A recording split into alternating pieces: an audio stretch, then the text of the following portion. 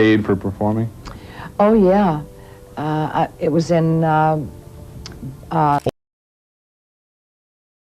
Your favorite country music star singing sweet songs about love and family values on stage, while behind closed doors, their life is falling apart in the most shocking ways possible.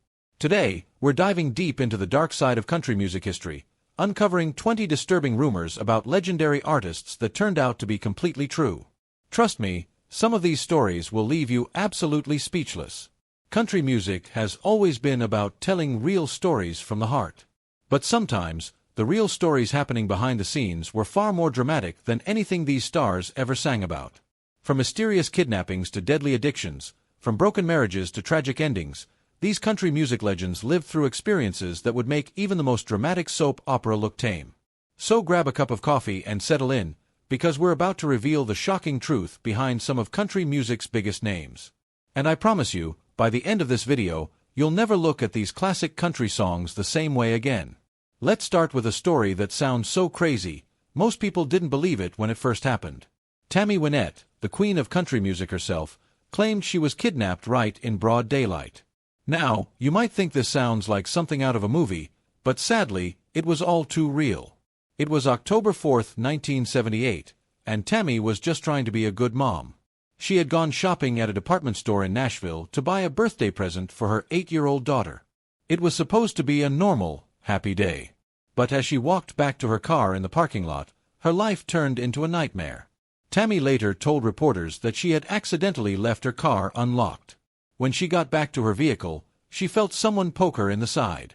A man's voice said one terrifying word, "Drive." All she could see was a brown glove, a hairy arm, and 2 inches of a gun barrel pointed right at her. For the next 2 hours, this masked stranger put Tammy through absolute hell. He strangled her with pantyhose so hard that it left burn marks on her neck. He punched her in the face repeatedly. Then, after what felt like a lifetime of terror, he dumped her in a strange town 80 miles away from Nashville and disappeared into another car. When Tammy stumbled to the nearest house for help, she was barely recognizable. The woman who helped her said Tammy's neck was swollen and red, her cheek was scraped up, and her mouth was hurt from being slapped. But here's the thing that made everyone doubt her story at first. The kidnapper didn't steal anything from her. She had 30 credit cards and $40 in cash, but he didn't take a single thing. The police were completely puzzled. Why would someone kidnap a famous country singer, hurt her so badly, but not rob her or ask for ransom money? It didn't make sense. Some people started whispering that maybe Tammy made the whole thing up as a publicity stunt. Others thought she was lying to cover up an affair. But Tammy stuck to her story, even though she knew people didn't believe her. She told reporters it was the most terrifying experience of her entire life. She said she would wake up at night wondering why she didn't just crash her car into another vehicle in the parking lot to get help. But then she would remember that if she had done that, the man might have shot her dead. Years later, after Tammy passed away, the truth finally came out. Her kidnapping was real. Every horrible detail she had shared was true.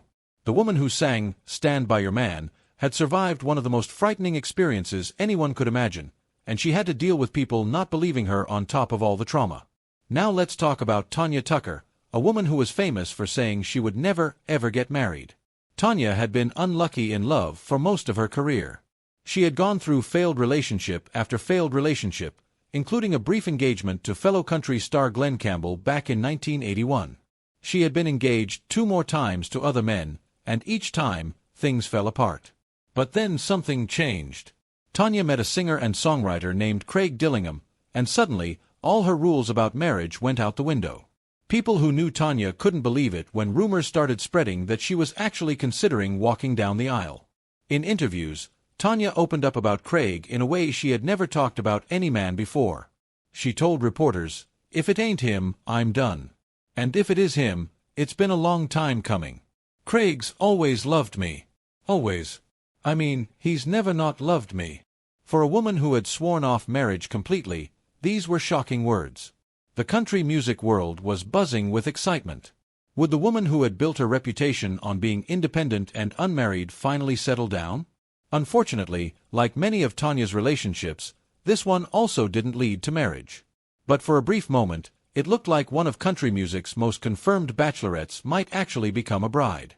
One of the most heartbreaking stories involves Naomi Judd, half of the famous mother-daughter duo the Judds. Naomi's life was filled with more pain and trauma than most people could handle. She had been taken advantage of when she was young, had a child out of wedlock, and later had to deal with her husband's cheating. All of this pain built up inside Naomi over the years, affecting her mental health in serious ways. Sadly, she couldn't bear the weight of all this trauma anymore, and she made the tragic decision to end her own life. After Naomi died, her daughter Ashley Judd appeared on Good Morning America to share the heartbreaking details. Through her tears, Ashley explained that her mother had used a firearm to take her own life. She said they were sharing this painful information because they knew if they didn't, someone else would, and they wanted their family's story to be told with respect. Ashley described her mother's final day, explaining how she had visited her mom and stepdad like she did every day when she was home in Tennessee. Her mom had asked her to stay, and Ashley had said of course she would. She went upstairs to tell her mom that a good friend had come to visit, and that's when she found her. The other half of the Judds, Winona, also spoke about her mother's death. She believed that generational trauma and family problems that were never properly dealt with played a major role in her mother's decision. It was a tragic end to a woman who had brought so much joy to millions of fans through her music. Barbara Mandrell was another country star who disappeared from the spotlight, and people had all kinds of theories about why. Some thought she was sick. Others wondered if she was having personal problems. The truth was actually much simpler, but also quite sad. Barbara loved performing more than almost anything in the world. She had her own weekly television show that was hugely popular. But the demanding schedule was destroying her voice. She was working 14 to 16 hours a day, some days even more. Her throat was under such severe strain that doctors warned her she might lose her singing voice completely if she didn't slow down. For a singer, losing your voice is like losing your identity. Barbara had to make one of the hardest decisions of her career: give up her beloved television show or risk never being able to sing again. She chose to protect her voice, even though it meant saying goodbye to something she loved. When Barbara announced she was leaving her show, she was heartbroken. She told reporters that it was nobody's fault but her own because she had been involved in every single detail of the production. She missed it terribly and said she got a lump in her throat every Saturday night when the show would normally air. Here's a fun fact that might surprise you. Reba McEntire was supposed to be in the movie Titanic. Yes, that Titanic, the one with Leonardo DiCaprio and Kate Winslet that became one of the biggest movies of all time. But due to scheduling conflicts with her tour, Reba had to turn down the role, which eventually went to Kathy Bates instead. Reba later explained in interviews that everything was all set up for her to be in the movie, but then director James Cameron had to change the filming schedule. Reba realized she couldn't do both the movie and her already planned tour. Since so many people depended on her tour for their jobs and income, she made the difficult decision to let the movie opportunity go. Can you imagine how different movie history might have been if Reba had been sailing on that doomed ship instead of Kathy Bates? It just goes to show how one small scheduling conflict can change everything. Linda Ronstadt was one of the most successful female artists of her time, but she never got married. This led to all kinds of speculation and even a famous quote: "There are two kinds of men in this world, those with a crush on Linda Ronstadt and those who never heard of her." Even though Linda never walked down the aisle, she had several serious relationships with high-profile men. She dated producer John Boylan, who helped launch her career and worked on several of her albums. Their relationship was both personal and professional, but Linda later said it was very unhealthy and shouldn't have gone on as long as it did. She also had a relationship with J.D. Souther, a songwriter who wrote many of her songs and even helped her form the Eagles as her backing band. Their relationship started when he asked her to cook him dinner, and she made him a peanut butter and jelly sandwich. He fell in love with her immediately and asked her to move in with him the very next day. Later, Linda dated Aaron Neville, and their relationship became so serious that Entertainment Weekly called them the first couple of pop music. But like all her other relationships, this one also didn't lead to marriage. Linda seemed to be someone who could find love, but couldn't quite make it last forever. The relationship between Crystal Gayle and her famous sister Loretta Lynn was something special. Despite both being major country music stars, they managed to maintain a close sibling relationship that fame never ruined.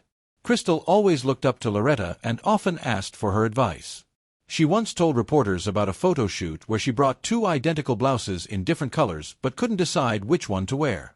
Loretta told her which one to choose, and Crystal said, That's what a big sister can do. Loretta was also the one who got Crystal her first recording contract back in 1970. She gave Crystal some of the best advice she ever received. Don't sing anything that I would because we're only going to be compared. Crystal said her sister was absolutely right. When Loretta passed away, Crystal was devastated. It took her a very long time to heal from losing not just her sister, but also her mentor and best friend. Their relationship proved that even in the competitive world of country music, family bonds could remain strong. K.T. Oslin was a groundbreaking country artist who paved the way for many female singers who came after her. When she passed away at age 78, the entire country music community mourned her loss. Sarah Traherne, the CEO of the Country Music Association, said that K.T. had one of the most soulful voices in country music and was a strong influence for women, especially with her hit song, 80s Ladies. She described K.T. as someone who was always gracious to crews and up-and-coming talent. Other artists also shared their memories of K.T. Singer and songwriter Chailey Wright tweeted that K.T. didn't ask anyone for permission to enter the country music world. She just walked in with her brilliant songs, unmatched intelligence, and perfectly foul mouth, and changed everything. K.T.'s death was a huge loss for country music because she represented a generation of strong, independent women who weren't afraid to speak their minds through their music.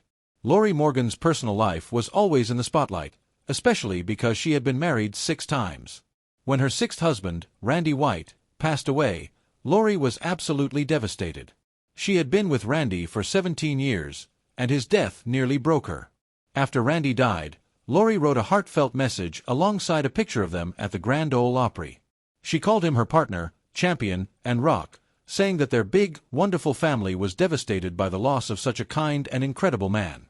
Randy's stepson Jesse Keith Whitley also shared touching memories of his stepfather. He talked about how Randy had been like a real father to him since he was in his early 20s, and how Randy had been an amazing grandfather to his children. Jesse remembered how Randy would pick him up late at night when it wasn't safe for him to drive, and he was never mad about it, not even once. The loss of Randy was particularly hard for Lorrie because many people speculated that her inability to maintain long marriages might mean she would never find lasting love. With Randy's death, those painful rumors seemed to come true in the worst possible way. Back in 1952, Kitty Wells released a song that almost got banned from the music industry.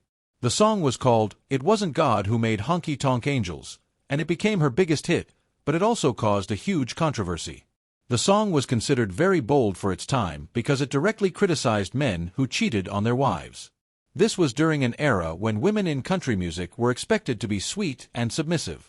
Kitty's song flipped that expectation on its head and called out men for their bad behavior. Many people thought the song was too brash and inappropriate. They wanted it banned from radio stations.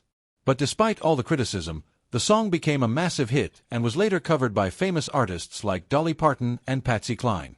Kitty had started a musical revolution that would inspire countless female country singers to speak their minds through their music. Willie Nelson's reputation as a ladies' man was well known in country music circles, but the way his second wife found out about his cheating was particularly cruel. Shirley Collie discovered Willie's affair in the worst possible way, through a hospital bill. One day, Shirley found a bill in their house for the birth of a baby girl to someone named Mrs. Connie Nelson. Shirley had no idea who Connie Nelson was, and she certainly didn't know Willie had gotten another woman pregnant. Willie later admitted that Connie had been his girlfriend for several years before she became pregnant. Even Willie's daughter Lana said that Shirley had no idea about Connie or the baby until she saw that hospital bill. It was a shocking and heartless way to find out that your husband has been living a double life. After this discovery, Shirley was devastated and left Willie immediately. She couldn't handle his infidelity and dishonesty. But sadly, this didn't teach Willie any lessons about faithfulness, and he continued to have affairs throughout his life. Johnny Cash, the man in black himself, had his own share of legal troubles, particularly related to his addiction problems.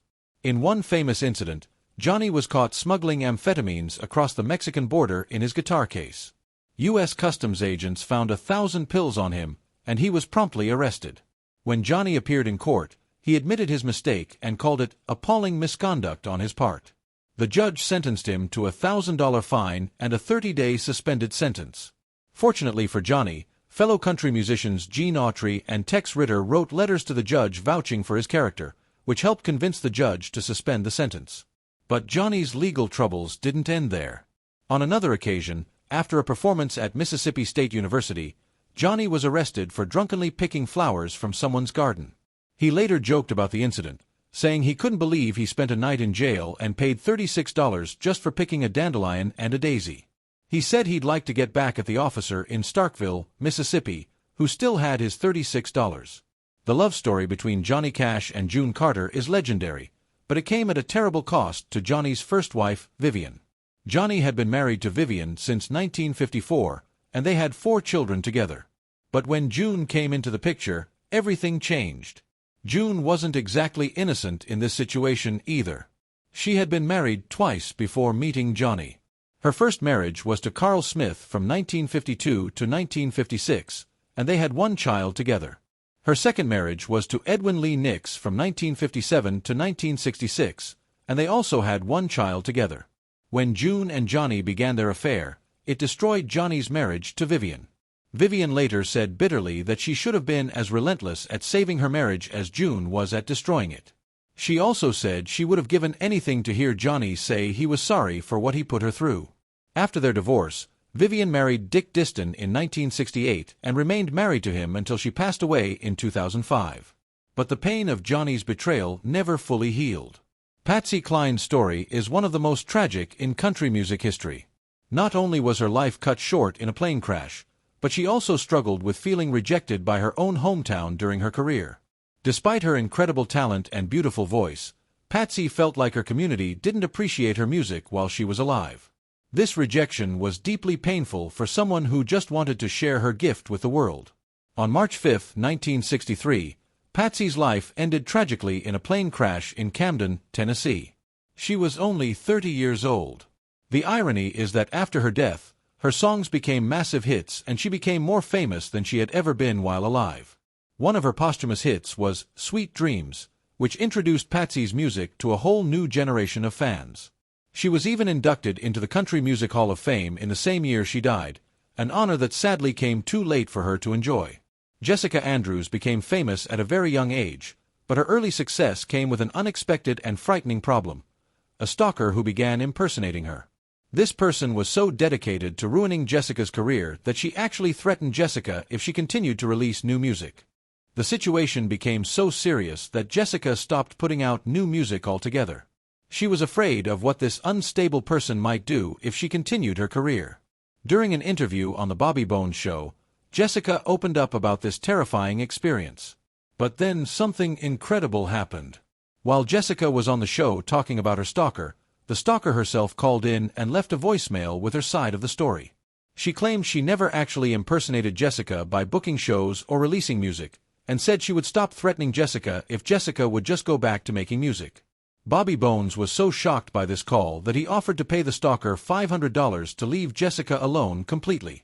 It was a bizarre and frightening situation that showed how fame can attract dangerous attention from unstable people. Loretta Lynn turned her personal pain into one of her biggest hits with the song Don't Come Home A Drinkin', with Lovin' on Your Mind.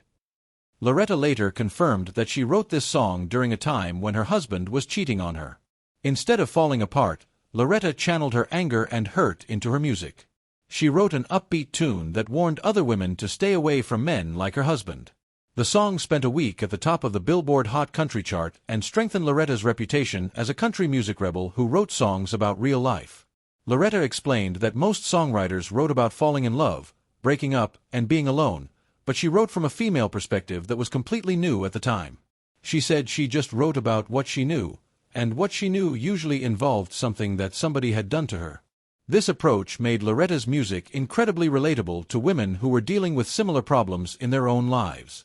She gave voice to experiences that many women had but were afraid to talk about openly. In recent years, Garth Brooks, one of country music's biggest stars, found himself facing serious legal trouble. A woman who had worked as his hairstylist and makeup artist filed a lawsuit against him, claiming that Garth had sexually assaulted and beaten her during a work trip in 2019. At first, many people didn't believe the accusations. Garth Brooks had built his reputation as a family man and a good guy. How could someone like that be capable of such terrible things? Garth denied the allegations, but as the legal process continued, evidence began to support the woman's claims. This case shocked the country music world because it involved someone who had been seen as one of the good guys in the industry. It showed that even the most beloved celebrities can have dark secrets hidden behind their public image. Hank Williams Sr., one of the founding fathers of country music, was known for his incredible talent but also for his rebellious attitude. Hank insisted on doing things his own way, which often got him into trouble. His behavior became so problematic that he was eventually banned from the Grand Ole Opry, country music's most prestigious venue. This wasn't just a temporary suspension. Hank lost his membership completely and was left with nothing. Hank's problems stemmed from his chaotic lifestyle, which included heavy drinking and drug use.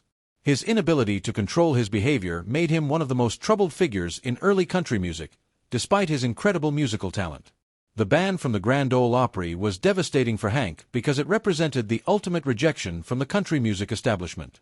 For someone who had helped create the genre, being cast out was both professionally and personally crushing. Merle Haggard had a rough start in life that included time in juvenile detention centers and multiple run-ins with the law. His mother eventually dropped him off at a juvenile detention center because she couldn't handle his behavior anymore. As early as 11 years old, Merle was constantly getting into trouble. The word incorrigible was used to describe him, meaning he was impossible to correct or control. In 2010, during an interview with NPR, Merle used that exact same word to describe himself. He admitted that he was probably the most incorrigible child anyone could ever meet, and that he was already on his way to prison before he even realized what was happening to his life. He called himself a screw-up who seemed destined for a life of crime and punishment. Fortunately, Merle was able to turn his life around through music, but his early years were filled with the kind of trouble that could have easily led to a very different ending. Finally, we come to Waylon Jennings, whose struggle with substance addiction lasted an incredible 27 years. This wasn't just a brief period of experimentation, it was nearly 3 decades of his life consumed by drugs. What makes Waylon's story different is how he finally overcame his addiction. He realized that drugs were threatening to destroy his love for music, which was the most important thing in his life. The fear of losing his passion for music forever gave him the strength to get clean. After getting sober, Waylon turned his experience with addiction into powerful music that helped other people who were struggling with similar problems. His honesty about his addiction helped break down the stigma surrounding substance abuse and showed that recovery was possible. Waylon's 27-year battle with drugs shows just how powerful addiction can be, but his eventual recovery proves that it's never too late to turn your life around. These 20 stories show us that our favorite country music stars were real people dealing with real problems, just like the rest of us. Their struggles with love, addiction, betrayal, and tragedy weren't just material for their songs. They were the painful realities of their daily lives. What makes these stories even more powerful is that many of these artists channeled their pain into music that touched millions of people around the world. Their willingness to be vulnerable and honest in their songs helped other people feel less alone in their own struggles. The next time you listen to a classic country song, remember that behind those beautiful melodies and heartfelt lyrics was often a real person who had lived through experiences that would break most of us. Their ability to turn pain into art is what made them true legends. Country music has always been about telling the truth, even when the truth is ugly or painful. These stories remind us that the greatest country songs come from the deepest places in the human heart, where joy and sorrow live side by side. If this video opened your eyes to the real stories behind country music's biggest stars, make sure to hit that like button and share it with your friends. Subscribe to our channel for more shocking celebrity stories and hidden truths from the entertainment world. And let us know in the comments which of these stories surprised you the most. Thanks for watching, and we'll see you in the next video.